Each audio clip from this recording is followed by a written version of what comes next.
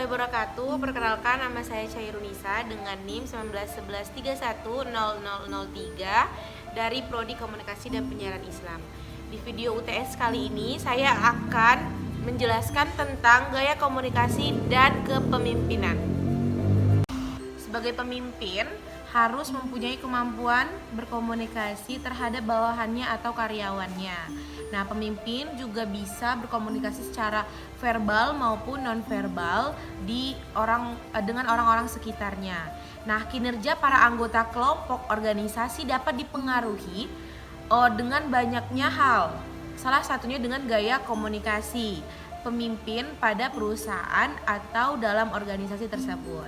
Nah, kepemimpinan merupakan kegiatan yang dapat mempengaruhi pikiran, perasaan, sikap, dan perilaku orang lain terhadap apa yang dikerjakan untuk mencapai suatu tujuan dengan pemimpin kelak. Nah, berikut ini ada 5 gaya komunikasi. Yang pertama yaitu the controlling style. Nah, gaya ini merupakan gaya komunikasi mengendalikan. Ciri-ciri dengan gaya ini yaitu mengatur dan membatasi perilaku bawahannya. Gaya komunikasi ini dapat ditandai dengan adanya niat untuk mengatur pikiran orang lain atau orang sekitarnya. Nah, gaya komunikasi ini juga dikenal dengan one way communication atau disebut dengan komunikasi satu arah.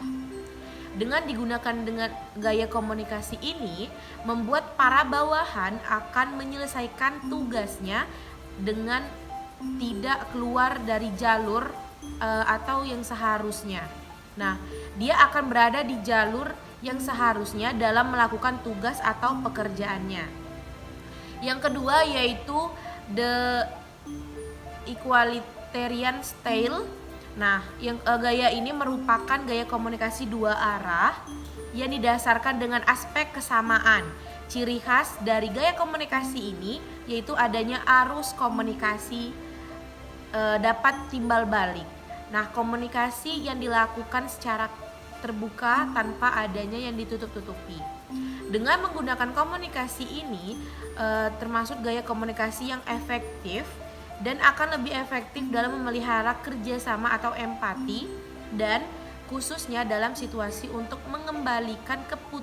mengambil keputusan terhadap suatu permasalahan yang bersifat kompleks.